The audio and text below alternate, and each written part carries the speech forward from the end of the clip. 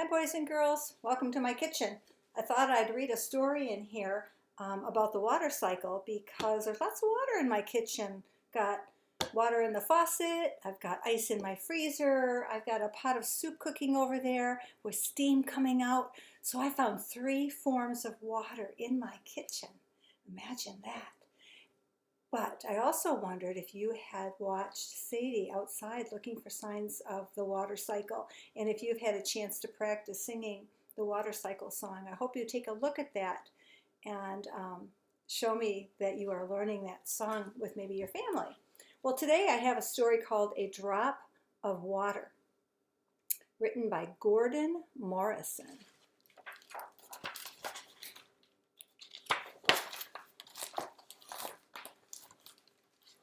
A child's finger is wet with water from a meadow brook.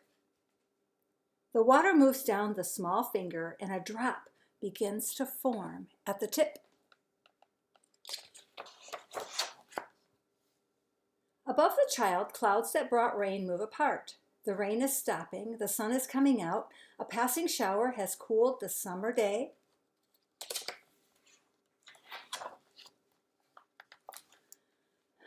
Drifting away, the clouds pass over land, forest, and mountain. Everything is wet from the rain clouds. A red-tailed hawk soars toward a nearby mountain.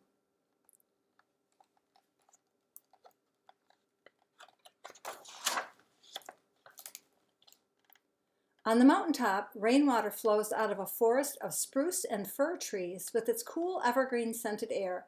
Down the mountainside, it trickles from soil and rock through cracks and crevices into a mountain stream. Croak, croak, ravens call out as they fly from the mountainside.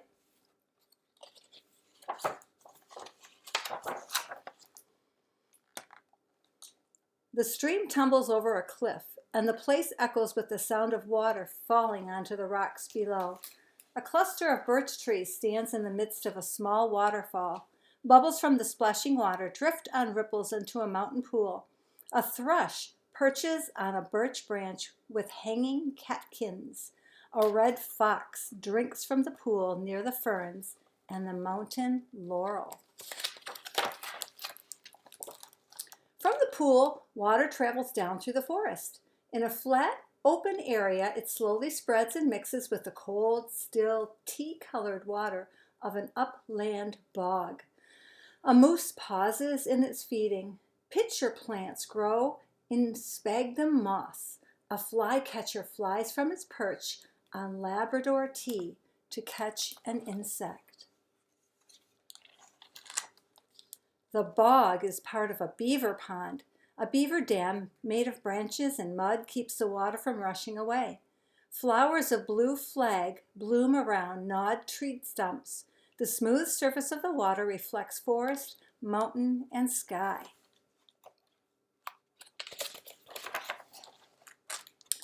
Water seeping out through the dam rushes downstream. Over and around rocks, it babbles along through a changing woodland of sugar maple and yellow birch trees. A water thrush bobs along the rocks by a viburnum shrub. A long-tailed weasel eats a small fish caught in one of the many pools.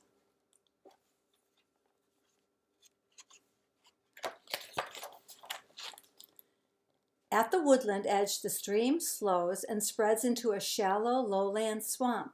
It is a watery place of quiet and mystery where red maple trees stand above a thicket of blueberry shrubs and tussock grass. Deer drink at its edge. A barred owl roosts by its cavity nest in a dead tree, and a flock of mallard ducks are dabbling surface feeding in the open water.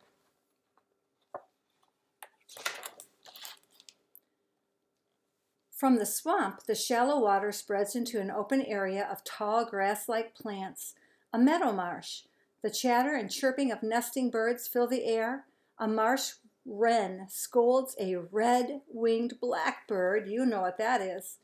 The blackbird has flown too close to the wren's nest, hidden in the cattail plants. Bulrush, tall and slender, makes a perfect reflection in the still water. The marsh is part of a farm pond.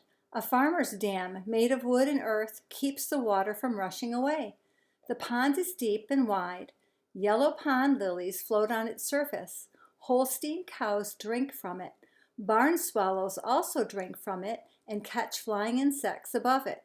And a meadowlark sings its sweet song from a fence post.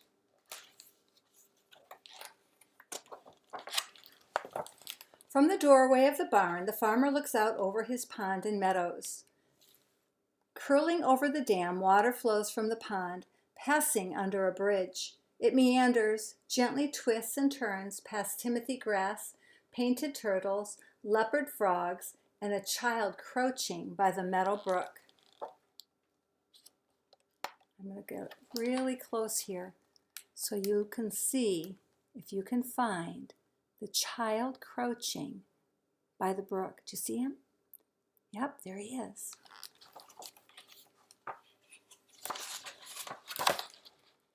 And from the child's fingertip falls a drop of water.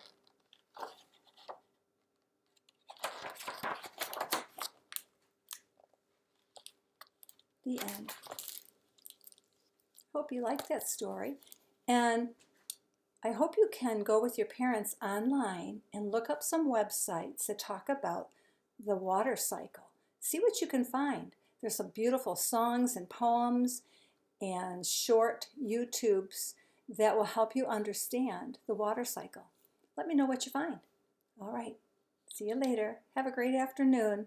Love you. Bye-bye.